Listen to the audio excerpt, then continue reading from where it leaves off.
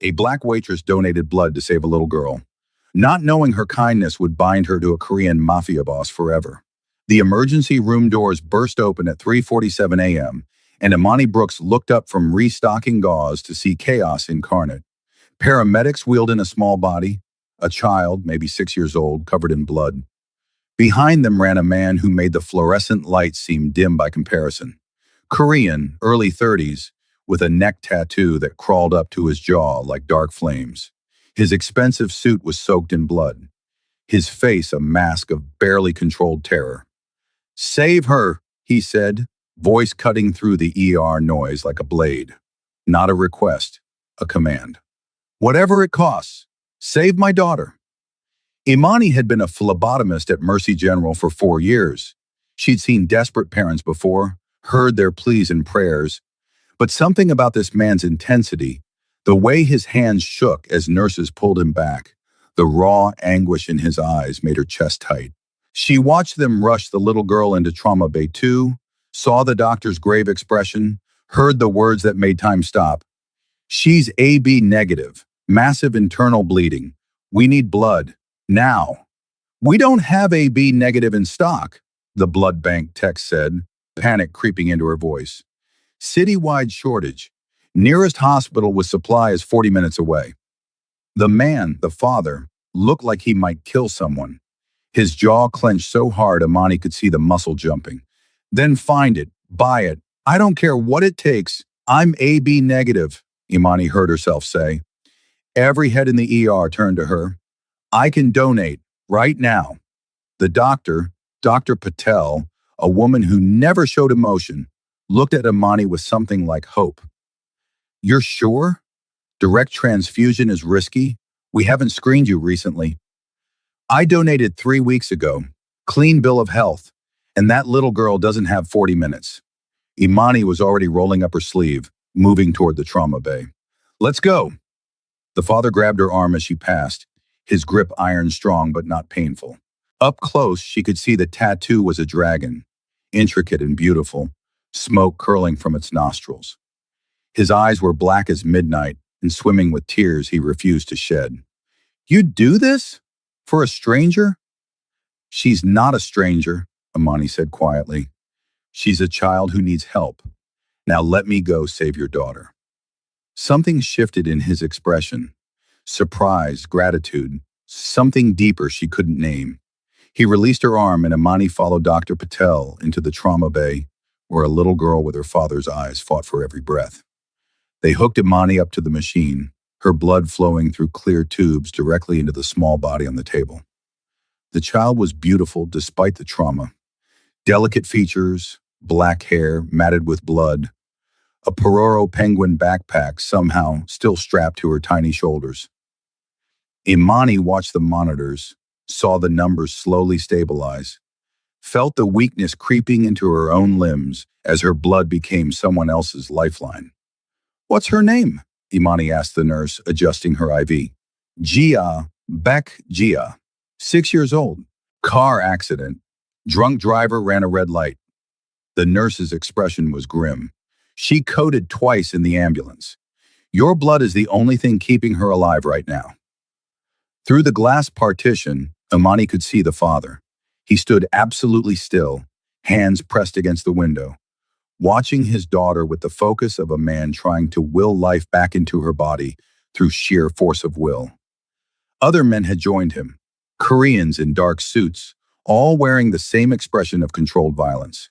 They deferred to him, spoke in rapid Korean, but he never looked away from Gia.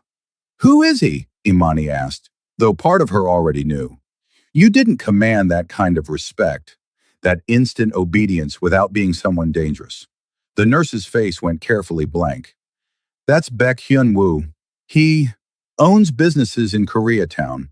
Very powerful man. Lost his wife 6 years ago during childbirth. That little girl is all he has left in the world." The words hit Imani in the chest.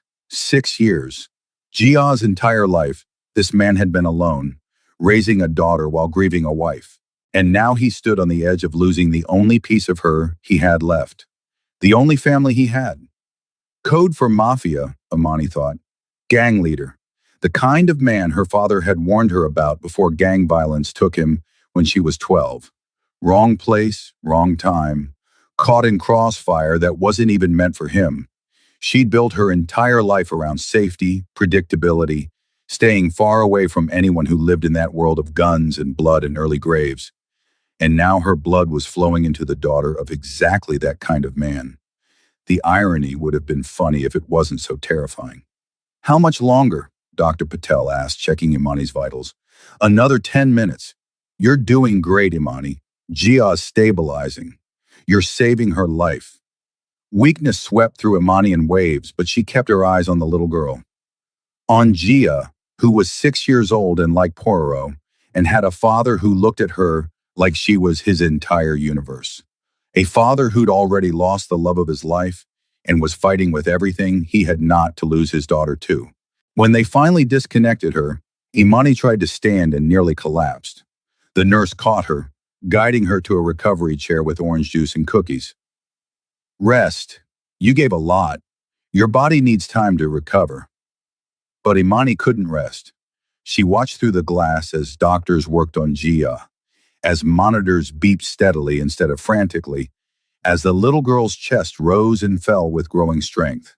And she watched Baekhyun-woo, this dangerous man with the dragon tattoo, as his shoulders finally relaxed when the doctor emerged with a nod.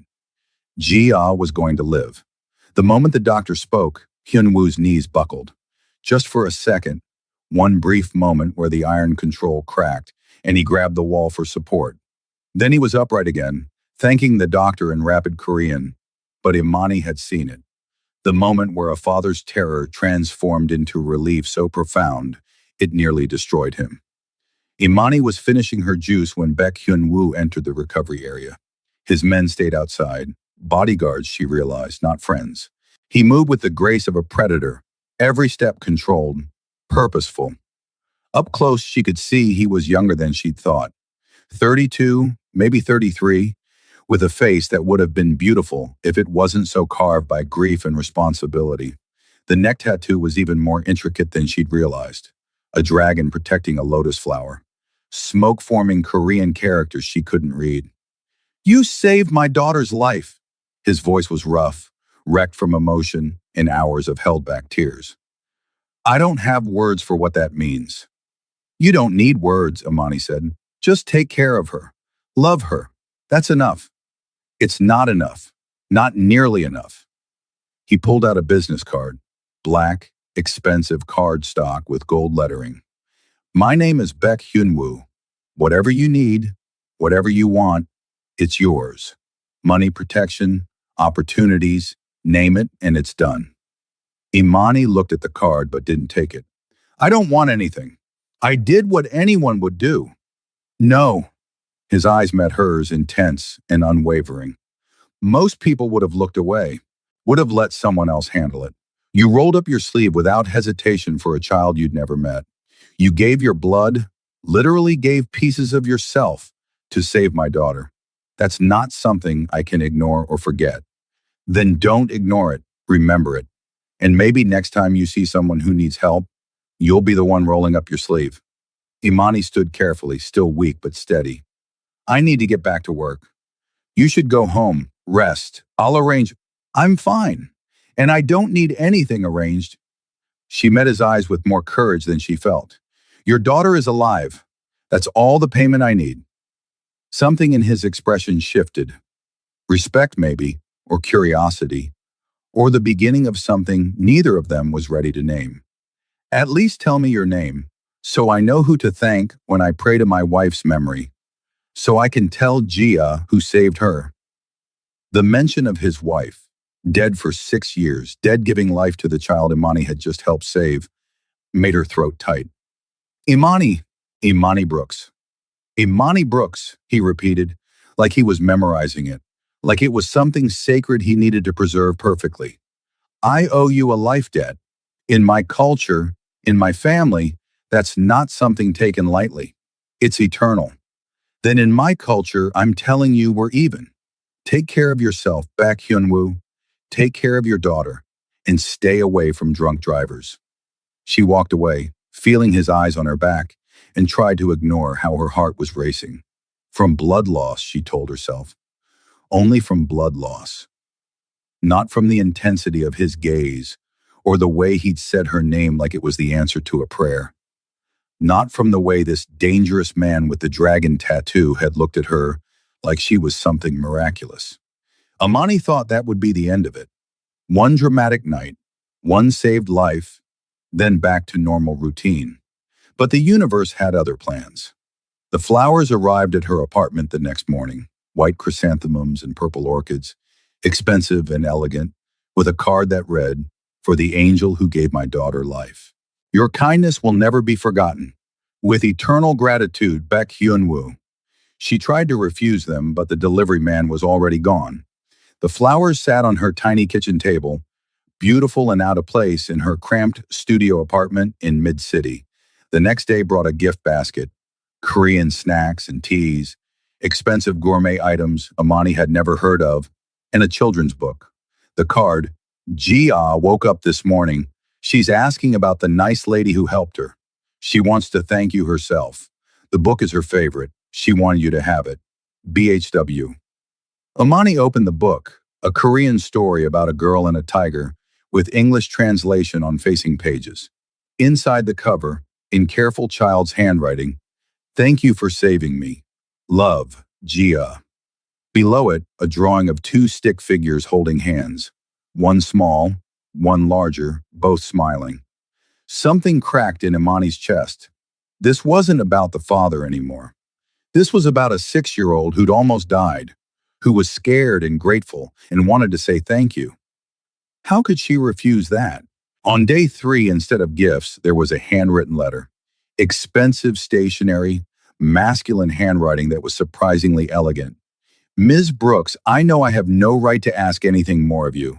You've already given more than anyone should have to give. But Gia asks about you every day. She calls you her angel Unni, big sister. She's having nightmares about the accident, and the only thing that calms her is talking about you, about how brave you were, how kind. The doctors say seeing you might help her process the trauma. I would never normally ask this of a stranger, but you're not a stranger to us anymore. You're the reason my daughter is alive. Would you visit, just once, so she can thank you properly and maybe find some peace? I'll understand if you refuse. Your kindness has already exceeded anything I could have hoped for. But if you can find it in your heart to meet her, we would both be grateful beyond measure. Baek Hyun-woo." Imani read the letter 3 times, hearing his voice in every word. Formal, respectful, but underneath, desperate. A father trying everything to help his traumatized child. And Gia, 6 years old, having nightmares, calling Imani her angel. She texted the number from the business card. "I work at the Sunrise Diner in Koreatown until 6 p.m. I can visit after my shift if that works." The response was immediate. "I'll send a car to pick you up. I can drive myself. Just send me the address. Pediatric Recovery Wing, Mercy General, Room 512. And Imani, thank you. You have no idea what this means to us." Imani stared at her phone, wondering what she was getting herself into. She'd given blood to save a life. That was supposed to be the end of it. Anonymous, clean, safe. But now she was about to walk into the world of a man who ran the Korean Mafia, who commanded respect through fear, who lived in violence. Except that same man had written her a letter by hand, had respected her boundaries, had a 6-year-old daughter who was having nightmares and needed comfort, who'd lost his wife bringing their child into the world and was raising her alone in a dangerous world. Maybe, Imani thought, people were more complicated than the boxes she tried to put them in. Room 512 was twice the size of a normal hospital room. Private, luxurious, more like a hotel suite than medical care. Gia lay in the bed, tiny in the white sheets, connected to fewer monitors than before, but still fragile looking. She wore pink pajamas with bunnies on them and had a stuffed tiger clutched to her chest. And sitting beside her, reading a Korean picture book in a soft voice, was Baek Hyun-woo. He looked different. The hard edges had softened. He wore dark jeans and a black sweater instead of the blood-soaked suit, though the neck tattoo was still visible. dragon smoke curling up to his jaw. His hair was slightly messy, like he'd been running his hands through it.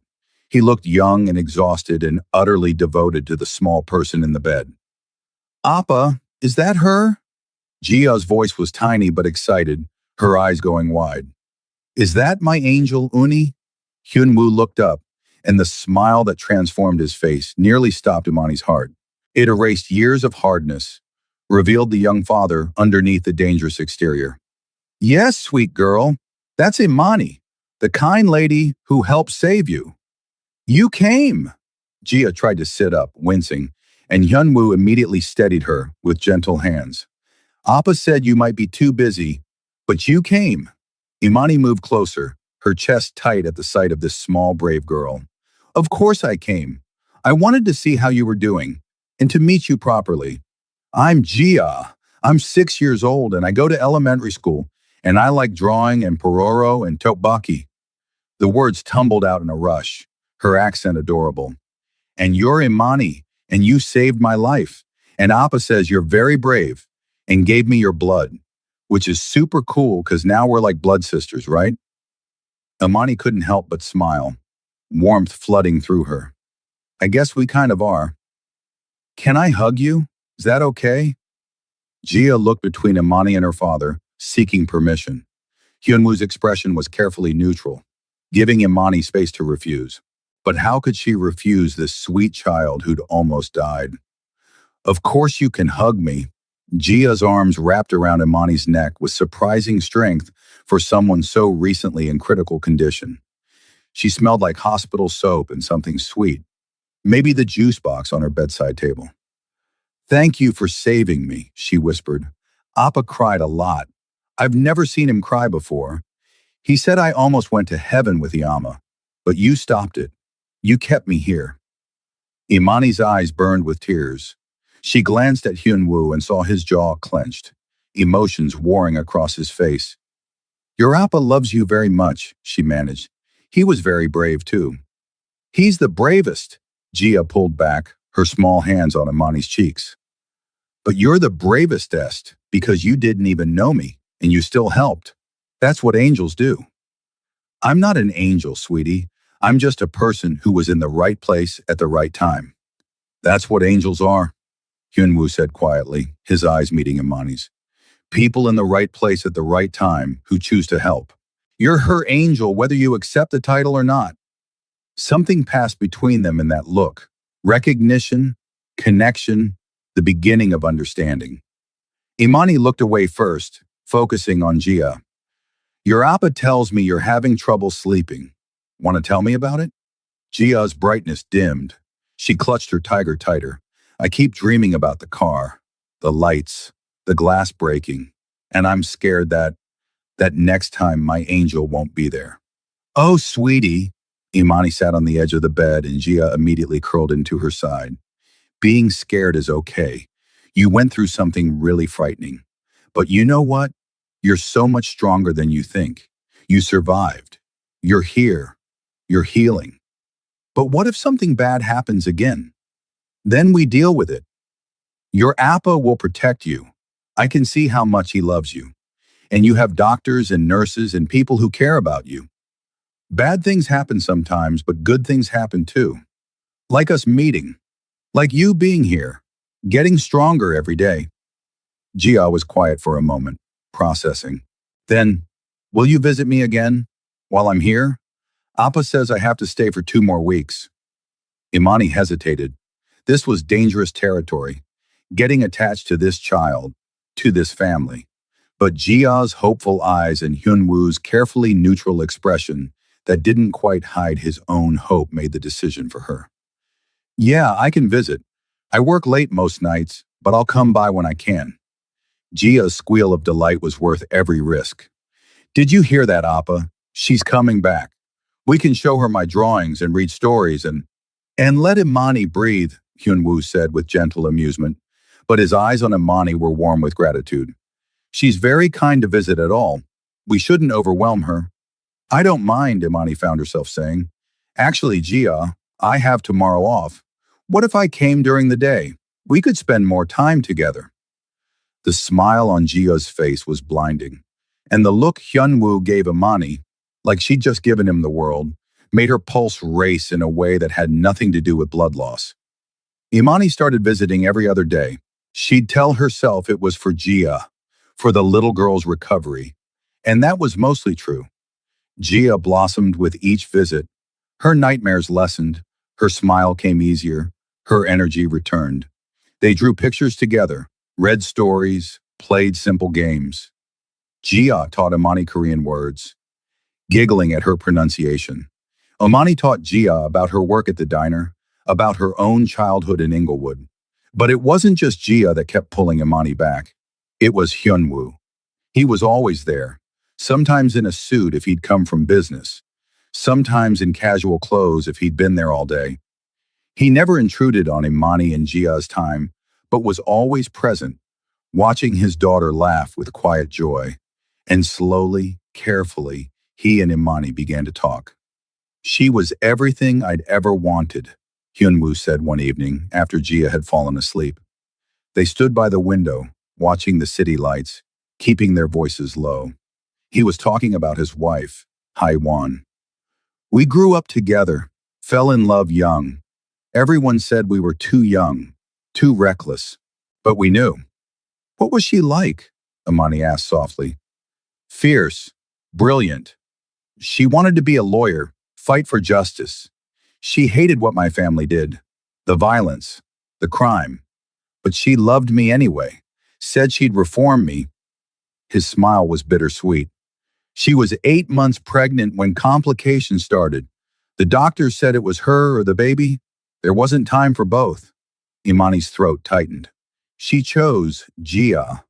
Without hesitation, she made me promise to tell Jia every day that she was wanted, loved, that her mother chose her life deliberately, that it wasn't Jia's fault. His voice cracked. And I've kept that promise, every single day for 6 years. But Imani, when I saw Jia on that table, when I thought I might lose her too, I understood what Haewon felt, that willingness to trade yourself for your child. I would have given anything, my empire, my life, everything. But you didn't have to, Imani said. Jia is here. She's alive and healing. Because of you. He turned to face her fully, and the intensity in his eyes made her breath catch. You didn't know who I was. Didn't know about my money or power or connections. You just saw a child who needed help and acted. Do you know how rare that is? How many people would have looked the other way, not wanted to get involved? I couldn't look away. She's a baby. And you looked like your world was ending. It was ending until you stopped it. He stepped closer, not touching, but close enough that Imani could see gold flecks in his dark eyes. I want to know you, Imani Brooks, not as the woman who saved my daughter, but as yourself. I want to understand what makes someone that selfless, that brave. I'm not brave. I'm terrified right now. Of what? Of this. You. Of feeling something for a man whose world I swore I'd never enter. The confession escaped before she could stop it. My father was killed by gang violence when I was 12. Crossfire in Inglewood. Wrong place, wrong time. He was a bus driver, a good man, and he died because people like... She stopped, realizing what she was about to say. People like me, Hyunwoo finished, his expression closing off. You're right to be afraid. Right to want distance. My world kills good people every day. But you're also a good person, Imani said, surprising herself. A good father. You love your daughter with everything you have. You honor your wife's memory. You're trying to help Jia heal. That's not nothing. It's not enough to erase what I am, what I do. He turned back to the window, jaw tight. I run one of the largest Korean organized crime families in LA. I've hurt people, destroyed lives, made decisions that haunt me. No amount of being a good father changes that. Then why do you do it? If it haunts you, why not leave? Because it's my family's legacy. Because hundreds of people depend on the jobs and protection we provide. Because leaving creates a power vacuum that would start a war. His hands clenched into fists. And because until 6 days ago, I didn't have a reason good enough to try. The implication hung between them, heavy and dangerous and thrilling. Hyun-woo, I know it's too soon, too complicated. You barely know me. He looked at her again, and the vulnerability in his eyes nearly undid her. But I can't stop thinking about you, about the way you looked at Gia with such gentleness, the way you touched my arm that first night and told me to let you save my daughter, the way you've come back every other day despite having every reason to stay away. I come back for Gia. Do you? Only for Gia? He moved closer, and Imani couldn't back away. Didn't want to. Because I think you feel this too. This pull, this impossible, complicated thing that makes no sense but won't go away. Even if I do, Imani whispered, what would that mean? I'm a waitress who lives in a studio apartment. You're a crime boss with enemies and bodyguards. We exist in different universes. So we build a bridge between them.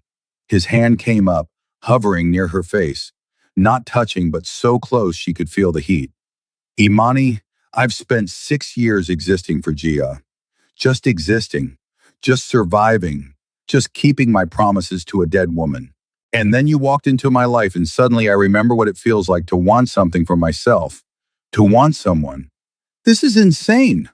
Probably, but my life stopped making sense the night my wife died. Maybe insane is exactly what I need. Imani should have stepped back, should have reinforced boundaries. Instead, she found herself leaning into his almost touch. I don't date, haven't since college. I don't trust easily, and I definitely don't trust men who live in your world. Then don't trust me yet. Just give me a chance to earn it. Spend time with us. Let Gia keep healing with you around. Let me show you that I'm more than my worst decisions.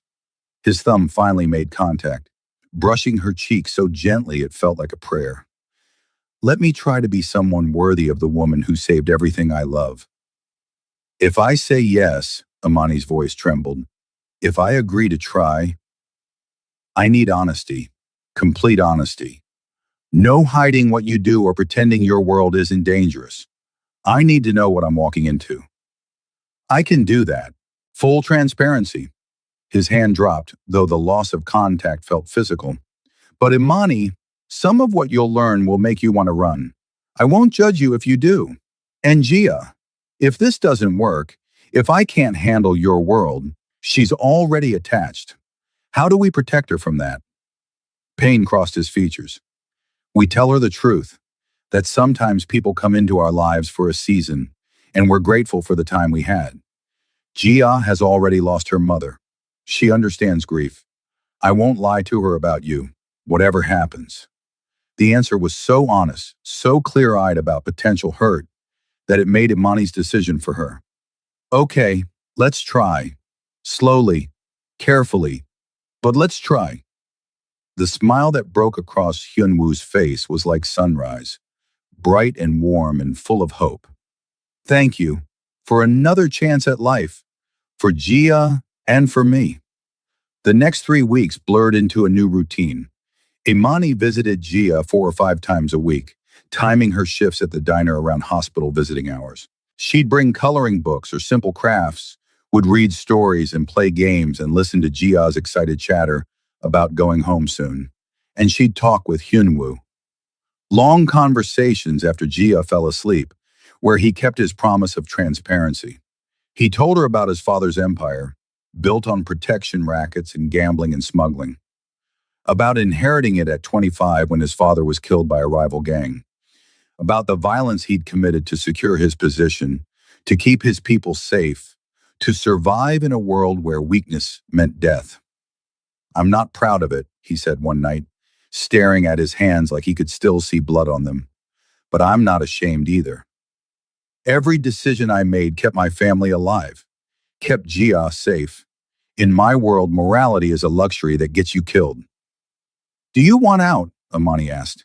If you could walk away, would you? Yes, God, yes. The answer was immediate, fervent. I want Gia to grow up away from this. Want her to go to college, fall in love with someone safe, live a normal life. But leaving isn't simple. My position protects hundreds of people, legitimate business owners, immigrant families, people who depend on us. So you're trapped. I'm committed. There's a difference. He looked at her. But meeting you makes me want to find a way out. Want to become someone who doesn't make you flinch when I talk about my work. I don't flinch. You do. A little. Around the eyes. When I mention anything violent. His observation was uncomfortably accurate. And you should. What I do is violent. But Imani, I'm trying to transition us toward legitimate operations. It'll take years, but I'm working on it. For Gia's future, and now, for the possibility of you. The confession made her heart race. You barely know me. You can't restructure your entire life for someone you've known less than a month. Can't I? You restructured your entire schedule for a child you'd never met. Gave your blood without hesitation. Came back again and again, despite knowing what I am. That tells me everything I need to know about who you are. Which is someone worth becoming better for. Gia was discharged on a Tuesday afternoon. Imani had arranged to have the day off, unable to miss this milestone. She arrived at the hospital to find Gia dressed in a yellow dress with butterflies, practically vibrating with excitement. I get to go home. Imani, I get to go home. She launched herself at Imani, who caught her carefully. And Appa says you can come visit our house. Can you? Please? I want to show you my room and my toys and my drawings and… Breathe, sweet girl, Yunwoo laughed, coming over with Gia's discharge papers. He looked lighter than Imani had ever seen him. The perpetual tension in his shoulders finally eased. Yes, Imani is welcome anytime. If she wants to come. I'd love to see your home, Imani said, meaning it. She wanted to see where this little girl lived, what her normal life looked like. Then follow us, Hyunwoo said. Unless you prefer to ride with us? My car is more comfortable than… He glanced out the window at Imani's 15-year-old Honda Civic. Most vehicles. Imani laughed despite herself. My car runs fine, thank you. I'll follow you. The drive took them into the hills above Koreatown, to a neighborhood where houses had gates and security cameras and price tags Imani couldn't imagine. Hyunwoo's home was stunning. Modern architecture, clean lines, floor-to-ceiling windows with views of the city. The kind of place that appeared in magazines. Inside was a surprise. Imani had expected cold minimalism, all black and gray and sharp edges. Instead, she found warmth. Traditional Korean art hung beside Jia's crayon drawings. Expensive furniture was covered with blankets and pillows. A wall of photos showed Jia at every age, and in several, a beautiful Korean woman with kind eyes. Haiwan, Imani realized, Hyunwoo's late wife. That's Iyama, Jia said, following Imani's gaze. She's in heaven, but Appa says she watches over me. He talks to her picture every night, tells her about me and what I did that day. Hyunwoo's ears reddened slightly. Jia, why don't you show Imani your room? I'll make us some snacks. Jia's room was the explosion of color and creativity. Drawings covered every surface.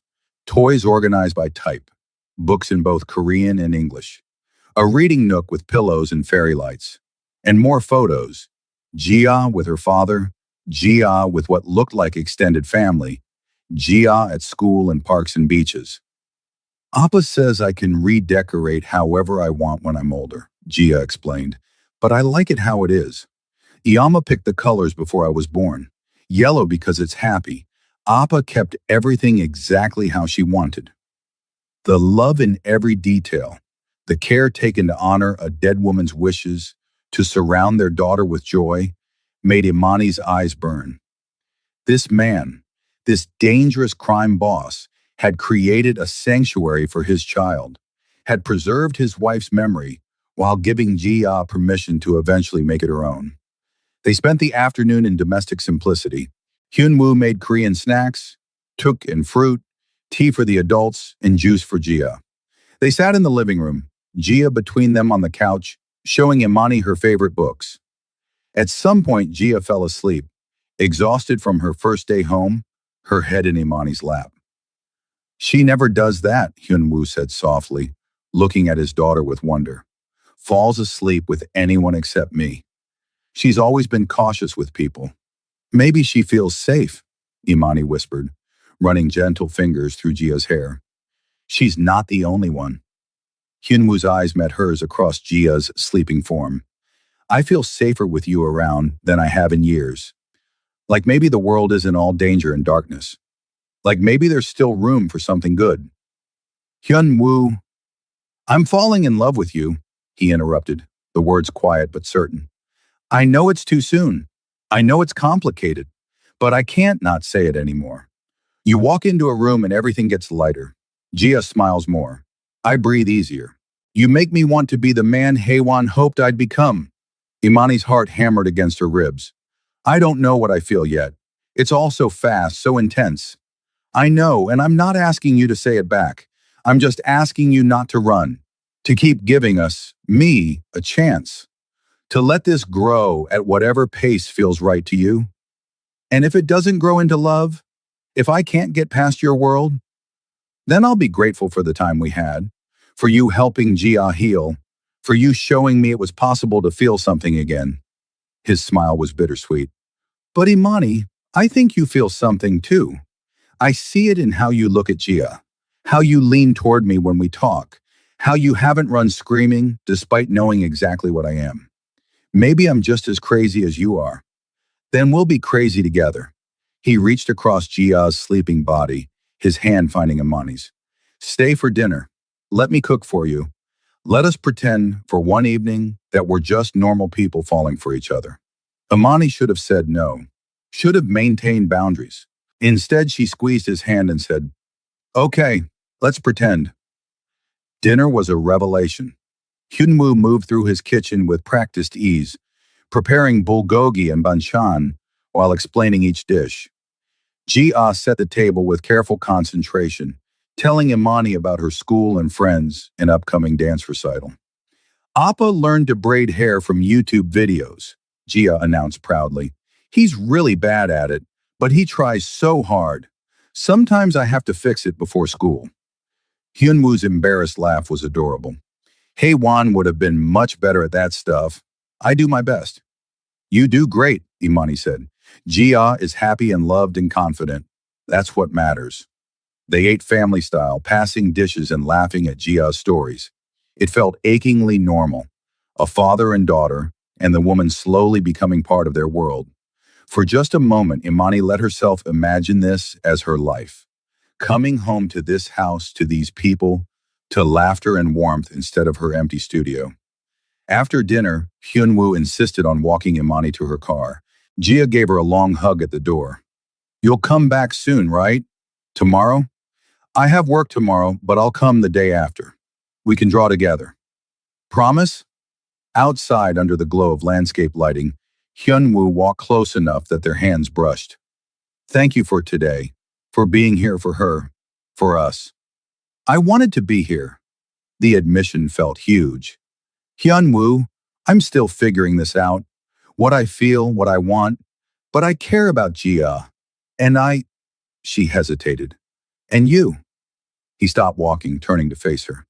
I care about you too. More than I should after such a short time. More than is probably smart. She forced herself to meet his eyes. You scare me. Your world scares me. But you also make me feel things I haven't felt in years. Make me want things I thought I'd given up on. Like what? Like family. Like belonging somewhere. Like maybe I could be more than just someone who serves coffee and exists paycheck to paycheck. Tears pricked her eyes. You and Gia make me feel seen, important. Like I matter beyond just what I can do for others. You matter to us. So much. He cupped her face gently, thumbs brushing away tears she hadn't realized were falling. Imani, I meant what I said. I'm falling in love with you. And I'll wait however long it takes for you to figure out what you feel. A week, a month, a year. I'll wait. You might be waiting forever. Then I'll wait forever. He leaned closer, and Imani's breath caught. But I don't think I'll have to. I think you're falling too. I think you're just scared to admit it. Terrified, she corrected. Good. That means it matters. That means it's real. His forehead touched hers, and Imani felt the carefully constructed walls around her heart crack wider. Be terrified, I am too. But be terrified with me. Let's figure this out together. She kissed him, couldn't not kiss him.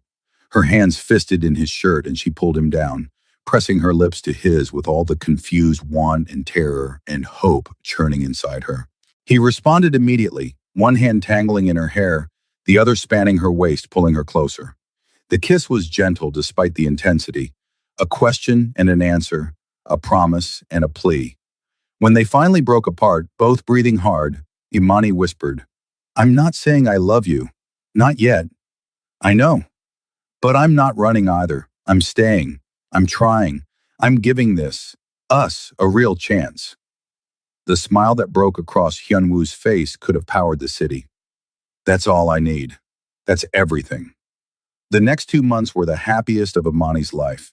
She integrated into Hyunwoo and Jia's world gradually, carefully. Dinner twice a week, park trips on weekends, Jia's dance recitals and school events, movie nights where they'd curl up together on the couch. Jia between them, eating popcorn and laughing at animated films. Hyunwoo courted her with old-fashioned attention. Flowers delivered to the diner, handwritten notes, small gifts that showed he paid attention to her likes and interests. A book by her favorite author. Tickets to a play she'd mentioned wanting to see. A necklace with a small pendant shaped like a lotus flower. The symbol from his tattoo. It represents rebirth, he explained when he gave it to her. Growth through adversity. That's what you are to me. My chance at becoming something new. They hadn't slept together. Imani had been clear she needed to take things slow physically, and Hyunwoo respected that without question. But the tension built between them with every touch, every kiss goodnight, every heated look across the dinner table. At the diner, her co-workers noticed the change in her. Girl, you're glowing, her friend Destiny said one shift. Who is he? And why haven't we met him? It's complicated, Imani hedged. Complicated means good. Complicated means interesting. Destiny hip-checked her playfully. Spill. He's a single dad. Korean. We met through unusual circumstances. And he's amazing with his daughter and treats me like I'm precious and makes me feel things I didn't think I could feel anymore. But he's in a dangerous line of work. And I keep waiting for the other shoe to drop. For something to remind me why I swore off men like him. What's his work? Imani hesitated. Import-export. Destiny's eyebrows rose. That's code for Mafia, isn't it? Girl, you're dating a gangster? I'm not. We're not. It's complicated. You said that already. Destiny's expression turned serious. Imani, honey, I love you, but your daddy died because of gang violence. Are you sure about this? The question haunted Imani for days. Was she betraying her father's memory by falling for a man who lived in the world that killed him? Could she really accept Hyunwoo's life? Or was she setting herself up for heartbreak or worse? The answer came in an unexpected way. Imani was leaving the diner late one night when a car pulled up. Not Hyunwoo's Mercedes, but a different vehicle. Two men got out, and every instinct screamed danger. Imani Brooks? The first man's smile didn't reach his eyes. We need you to come with us. Mr. Beck wants to see you. Hyunwoo knows where I work. If he wanted to see me, he'd call. Not Beck Hyunwoo, his associate, someone who's very interested in the woman who's been spending so much time with his daughter. Fear spiked through her. This was it, the danger she'd been waiting for, the proof that Hyunwoo's world would destroy her. But before she could run, before she could scream, a third car arrived. This one she recognized, Hyunwoo's Mercedes. He emerged with 3 of his men, and the temperature dropped about 20 degrees. Touch her, and I'll end you where you stand. Hyunwoo's voice was nothing like the gentle father she knew. This was the crime boss, the man who commanded through fear. Lee sent you? The men paled. Boss Beck, we were just threatening the woman I love. Tell Lee that this is his only warning. He stays away from her, from my daughter, from anyone associated with me, or I forget every treaty, every agreement, and remind him why my family runs this city. The men fled. Hyunwoo immediately turned to Imani, all hardness melting into concern. Are you hurt? Did they touch you? Imani was shaking, adrenaline and terror making her knees weak. I'm fine. Who was that? Who's Lee? A rival. Someone who's been testing boundaries, seeing if he can find weaknesses. Hyunwoo's jaw clenched. I should have anticipated this. Should have assigned you protection. I'm sorry, Imani. This is exactly what I tried to avoid. So that's my life now? Being threatened by your enemies? Needing bodyguards? Not if you don't want it. I can arrange for you to disappear. New city, new identity, financial support. You'd be safe, and no one would ever connect you to me again. His voice was hollow. It would kill me, but I'd do it to keep you safe. Imani stared at him, at this man who just threatened murder with cold precision, who was now offering to let her go if it meant her safety. And suddenly, she understood something crucial. Hyunwoo wasn't like the men who'd killed her father. Those had been reckless, violent for violence's sake. Hyunwoo was violent for protection, for love, for survival in a world he was trying to leave. I'm not running, she heard herself say. But Hyunwoo, we need to talk, really talk, about what it means for me to be with you, about the risks and the reality. Okay, let me take you home, somewhere safe, and we'll talk about everything. They went to his house. Jia was spending the night at Hyunwoo's sister's, something he'd arranged when he realized Imani would be getting off late. Now Imani understood why. He'd known danger was circling. How long have you known they might target me? She asked, accepting the tea he pressed into her, still shaking hands. 2 weeks, since Lee's people started asking questions about you. I've had guards watching you. You just never saw them. His expression was grim. I was trying to handle it quietly without scaring you. Clearly, I failed. I want in. What? If I'm going to be part of your life, part of Jia's life, I need to understand your world completely. Not the sanitized version you've been giving me. The truth, all of it. What you do, who your enemies are, what risks exist. I can't make informed decisions if I don't have information. Hyunwoo looked torn. Imani, some of what I'd tell you, it might change how you see me. Make you realize you can't do this. Maybe, or maybe it'll help me understand better. But either way, I deserve the truth. He was quiet for a long moment, then nodded. Okay, ask me anything. I'll answer honestly. So she asked. About his operations, the legitimate businesses that served as fronts, the illegal activities that funded everything, the network of protection and extortion and smuggling that supported hundreds of families. About his enemies and allies. About the violence he'd committed personally, the men he'd killed to secure his position.